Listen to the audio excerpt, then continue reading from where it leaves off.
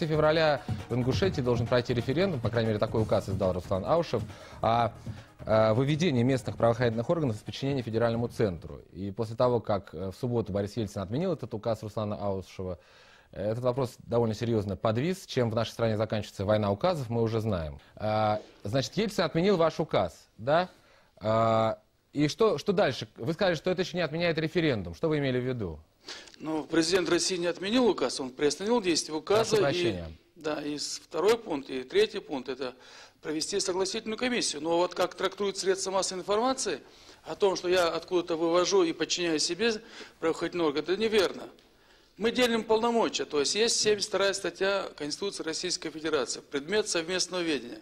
И там вот борьба с преступностью, кадры правоохранительных, судебных органов – это предмет совместного пользования. Мы решили в законодательном порядке разделить наши полномочия и полномочия федерального центра. Здесь ничего сверхъестественного нет, и ни на какие там конституции покушения, и, как тут еще говорит, сепаратизма здесь и близко не пахнет. Но дайте, Руслан Султанович совершенно не прав.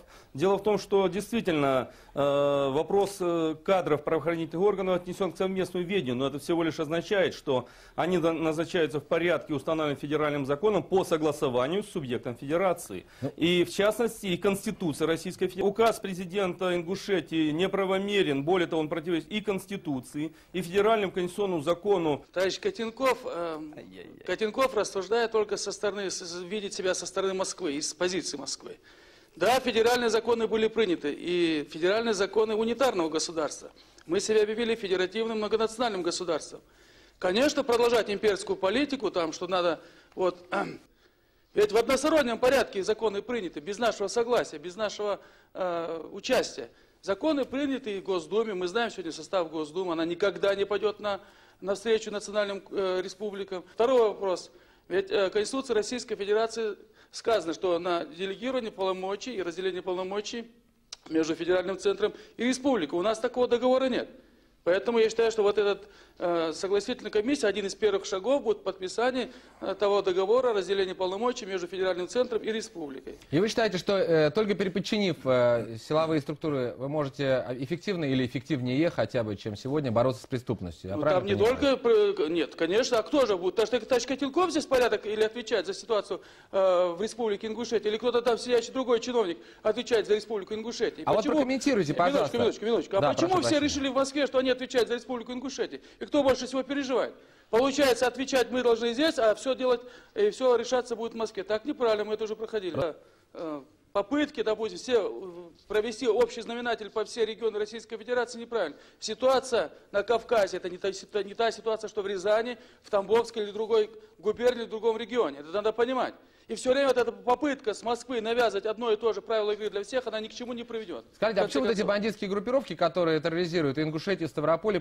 Ингушетию, какие бандитские формирования терроризируют? В Ингушетии есть такая же преступность, как и везде, все понятно. Мы говорим о разделении полномочий, кто за что отвечает. Но неужели, вот при всем том сегодня положении, которое в Москве происходит, с Генеральной прокуратурой, с министерствами, арестом, неужели мы будем надеяться, что там будут люди, которые будут переживать за борьбу с преступностью на окраинах, в том же Буденновске, в том же, допустим, в Ингушетии. Ну, в том же Буденновске, там же все находились. Почему получилась трагедия в Буденновске? Вот эти умные люди, которые с Москвы командовали всеми там событиями на юге России, вот они допустили.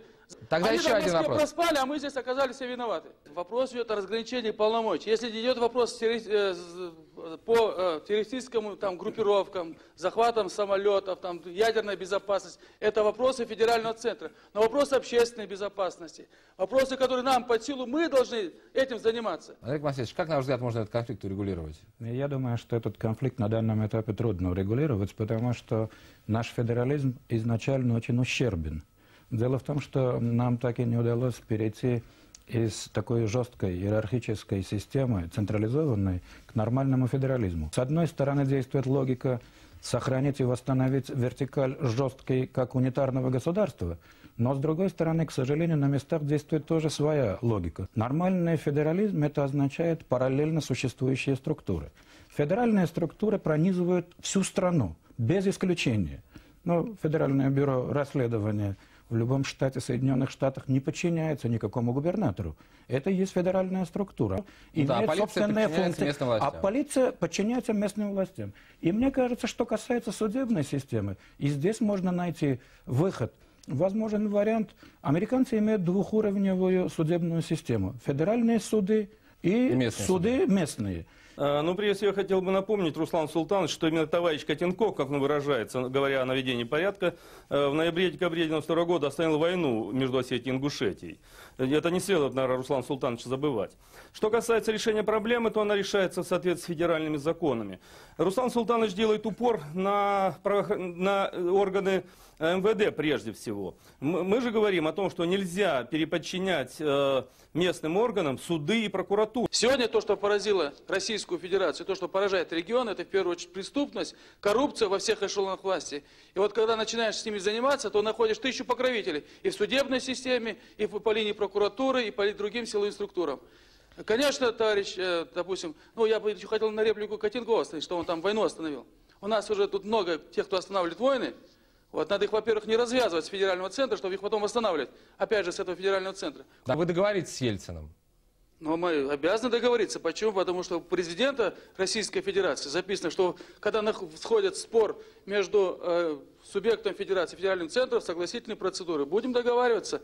Но ведь надо еще одно учитывать. В прошлом году я же отменил указ.